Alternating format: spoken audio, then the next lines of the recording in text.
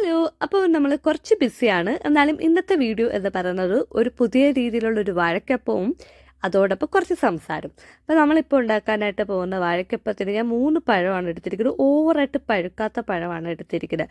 ഒരു സൈഡിലൊരു പച്ച ഷെയ്ഡ് പോലെ തോന്നിക്കുന്ന പഴമാണ് ഞാൻ എടുത്തിരിക്കുന്നത്. അപ്പം ഞാൻ എന്താണ് ആദ്യം നമുക്ക് റെസിപ്പി വരാൻ എന്നിട്ട് എന്താ പറയാൻ ഉദ്ദേശിക്കുന്നത് പറഞ്ഞുതരാം.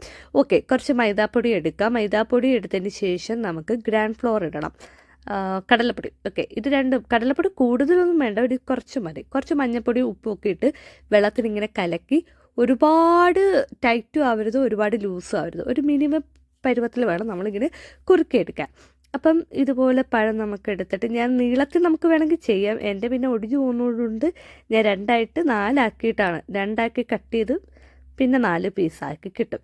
അങ്ങനെയാണ് നമ്മൾ ഉണ്ടാക്കുന്നത്. പിന്നെ ഈ ഓയിലല്ല ഒഴിക്കേണ്ടത്. പിന്നെയാണ് സംസാരത്തിലോട്ട് വരാം. പിന്നെ നമുക്ക് ഫ്രൈ ചെയ്ത് കഴിക്കാൻ അറിയാമല്ലോ, അത്രയൊക്കെയുള്ളൂ.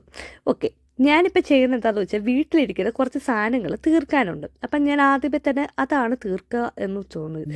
കാരണം ഒറ്റയ്ക്ക് താമസിക്കുന്നതുകൊണ്ട് ഒരുപാട് സാധനം ഇങ്ങനെ ബാലൻസ് വരുന്നുണ്ട്. അപ്പോൾ ഒരുപാട് സാധനം ഞാൻ എക്സ്ട്രാ മേടിച്ച് കൂട്ടുന്നുണ്ട്. വീട്ടിലിരിക്കുന്നത് തീർക്കാണ്ട് പുതിയത് പോയി മേടിക്കുന്ന പരിപാടി. അപ്പം ഞാൻ വെച്ചു ഓക്കെ, വീട്ടിലിരിക്കുന്ന ഓയിലും മാവും എല്ലാം നമുക്കൊന്ന് തീർക്കാം. പൈസ മാനേജ്മെൻറ്റ് ചെയ്യുന്നതാണല്ലോ ഇപ്പോൾ നമ്മൾ പഠിച്ചുകൊണ്ടിരിക്കുന്നത്. അതിലൊരു ടിപ്പ് ഇതാണ്: നമ്മൾ വീട്ടിലിരിക്കുന്ന സാധനങ്ങൾ ഉപയോഗിച്ച് തീർത്തിട്ട് വേണം അടുത്തൊരു സാധനം മേടിക്കാൻ. എന്ന് പറഞ്ഞാൽ ഫുള്ള് തീർത്തിട്ട് പിറ്റേ ദിവസം പട്ടിണിക്ക് ഇരിക്കണമെന്നല്ല. അനാവശ്യമായിട്ടുള്ള ചിലവുകൾ കുറച്ച് ഇങ്ങനെ ആവശ്യമുള്ള സാധനങ്ങൾ നമ്മൾ ഉണ്ടാക്കി തീർക്കുക. ഇപ്പം ഞാൻ എൻ്റെ എണ്ണ ഇന്നുകൊണ്ട് തീർത്തിട്ടുണ്ട്. എൻ്റെ പിന്നിൽ വേറൊരു കാര്യം കൂടെ ഉണ്ട്, അത് ഞാൻ വഴിയെ പറഞ്ഞുതരാം. അപ്പം ഈ ഒരു രീതിയിൽ ഇപ്പം ഞാൻ സാധനങ്ങളൊക്കെ തീർത്ത് മാനേജ്മെൻറ്റ് ചെയ്യുന്നത് അടുത്ത മാസം തൊട്ടൊരു ഹെൽത്തി ആയിട്ടുള്ളൊരു ഡയറ്റ് തുടങ്ങണം എന്ന് പറഞ്ഞ് ബിരിയാണി ഒന്നും കഴിക്കത്തില്ലെന്നല്ല, ബിരിയാണിയൊക്കെ കഴിച്ചുകൊണ്ട് വേറൊരു ലെവലിൽ മാനേജ്മെൻറ്റ് ചെയ്യാൻ പഠിക്കണം. ഇപ്പം അത്യാവശ്യം പ്രൊഡക്റ്റീവായിട്ട് ഇരിക്കാൻ ശ്രമിക്കുന്നുണ്ട് കേട്ടോ. അപ്പോൾ ഇന്നത്തെ ഇവിടെ ഇത്രയേ ഉള്ളൂ.